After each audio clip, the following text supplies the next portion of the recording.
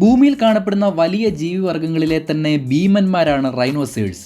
റൈനോകൾ herbivorous ആണ്, അതായത് ഇലകളും പുല്ലുകളുമൊക്കെ കഴിച്ച് ജീവിക്കുന്നവർ. പലതരത്തിലുള്ള റൈനോ വിഭാഗങ്ങളെ ഈ ലോകമെമ്പാടും നമുക്ക് കാണാനാവും. ഇവ ഓരോന്നും വലുപ്പത്തിലും കൊമ്പുകളുടെ വ്യത്യാസത്തിലുമെല്ലാം തരം തിരിച്ചിരിക്കുന്നവയാണ്. ബ്ലാക്ക് റൈനോസ് പ്രധാനമായിട്ടും ഈസ്റ്റേൺ ആൻഡ് സൗത്ത് ആഫ്രിക്കയിലാണ് ഇവയെ പ്രധാനമായിട്ട് നമുക്ക് കാണാനാവുന്നത്. മുൻപിലേക്ക് കാണാനാവുന്ന ചുണ്ടുകളാണ് ഇവയെ വ്യത്യസ്തരാക്കുന്നതും. വൈറ്റ് റൈനോസ് ഏറ്റവും വലിപ്പമുള്ള റൈനോ വിഭാഗമാണിവർ. സ്ക്വയർ ഷേപ്ഡ് മൗത്താണ് ഇവർക്കുള്ളത്. സൗത്ത് ആഫ്രിക്കയിലാണ് ഇവയെ പ്രധാനമായിട്ട് നമുക്ക് കാണാനാവുന്നതും. ഇന്ത്യയിൽ കാണാനാവുന്ന റൈനോ വിഭാഗമാണ് ഇന്ത്യൻ റൈനോസ്. ഒറ്റ കൊമ്പുള്ളവരും നിരനിരയായി കാണപ്പെടുന്ന സ്കിന്നുമാണ് ഇവയുടെ പ്രത്യേകതകൾ.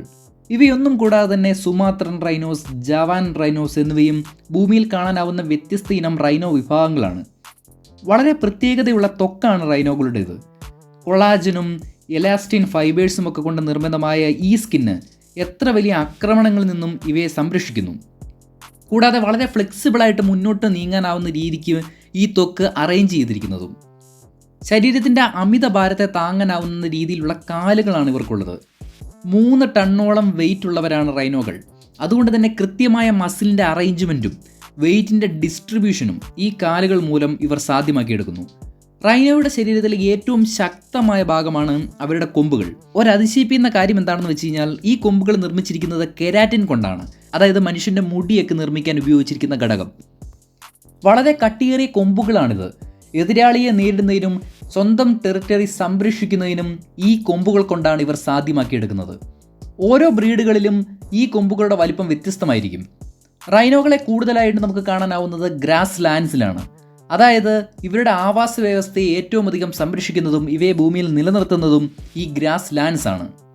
30 മുതൽ 40 കിലോമീറ്റർ വേഗതയിൽ വരെ ഓടാൻ കഴിവുള്ളവരുമാണ് റൈനോകൾ. പക്ഷേ വളരെ പരിമിതമായിട്ടുള്ള കാഴ്ചശക്തിയാണ് ഇവർക്കുള്ളത്. കാഴ്ചശക്തിയേക്കാൾ ഇവർ ഏറ്റവും കൂടുതൽ ഉപയോഗിക്കുന്നത് മണങ്ങൾ തിരിച്ചറിയാനുള്ള കഴിവും കേൾക്കാനുള്ള കഴിവുമാണ്. റൈനോകൾ ഭൂരിഭാഗം സമയവും ചെളിയിലും വെള്ളത്തിലുമൊക്കെ ആയിരിക്കും കാണപ്പെടുക. ഇത് ഇവരുടെ ശരീരത്തിലെ താപനിലയെ നിയന്ത്രിക്കുന്നതിനാണ്. കൂടുതലും വേനൽക്കാലങ്ങളിലാണ് ഇവരിങ്ങനെ ചെയ്യുന്നതും. പരസ്പരമുള്ള ആശയവിനിമയത്തിന് പ്രധാനമായിട്ടും ബോഡി ലാംഗ്വേജിലൂടെയും ചെറിയ ശബ്ദ തരംഗങ്ങളിലൂടെയും ഒക്കെയാണ് ഇവർ സാധ്യമാക്കിയെടുക്കുന്നത്. മറ്റെല്ലാ വലിയ ജീവികളെയും പോലെ തന്നെ സ്വന്തം ടെറിട്ടറി എന്ത് വില കൊടുത്തും സംരക്ഷിക്കുന്നവരാണ് റൈനോകൾ. തങ്ങളുടെ ടെറിട്ടറിയിലേക്ക് മറ്റുള്ള ആളുകൾ കടന്നു വരുന്നത് തടയാനായിട്ട് പല വിധത്തിലുള്ള അടയാളങ്ങൾ കൊണ്ട് ഇവർ മാർക്ക് ചെയ്ത് വെക്കും. മറ്റുള്ള റൈനോകൾ ഈ ഏരിയയിലേക്ക് വന്നാൽ പിന്നെ അവിടെ വളരെ ശക്തമായിട്ടുള്ള ആക്രമണങ്ങളായിരിക്കും ഉണ്ടാവുക. വളരെ ലോങ് ആയിട്ടുള്ള ഒരു റീപ്രൊഡക്ഷൻ സൈക്കിളാണ് ഇവർക്കുള്ളത്.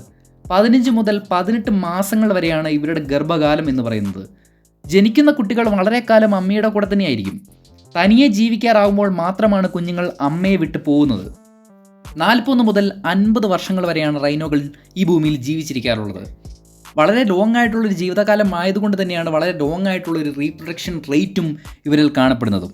അങ്ങനെ ഭൂമിയിലെ തന്നെ അതിശയിപ്പിക്കുന്ന ഒരു ജീവിവർഗമായിട്ട് റൈനോസേഴ്സ് തുടരുന്നു. ഈ വീഡിയോ നിങ്ങൾക്ക് ഇഷ്ടപ്പെട്ടെങ്കിൽ നമ്മുടെ ചാനൽ അപ്ലോഡ് ചെയ്തിരിക്കുന്ന മറ്റുള്ള വീഡിയോസും കൂടി ചെക്ക് ഔട്ട് ചെയ്യാൻ ശ്രമിക്കുക. നമുക്ക് മറ്റൊരു വീഡിയോയിൽ കാണാം. ബൈ.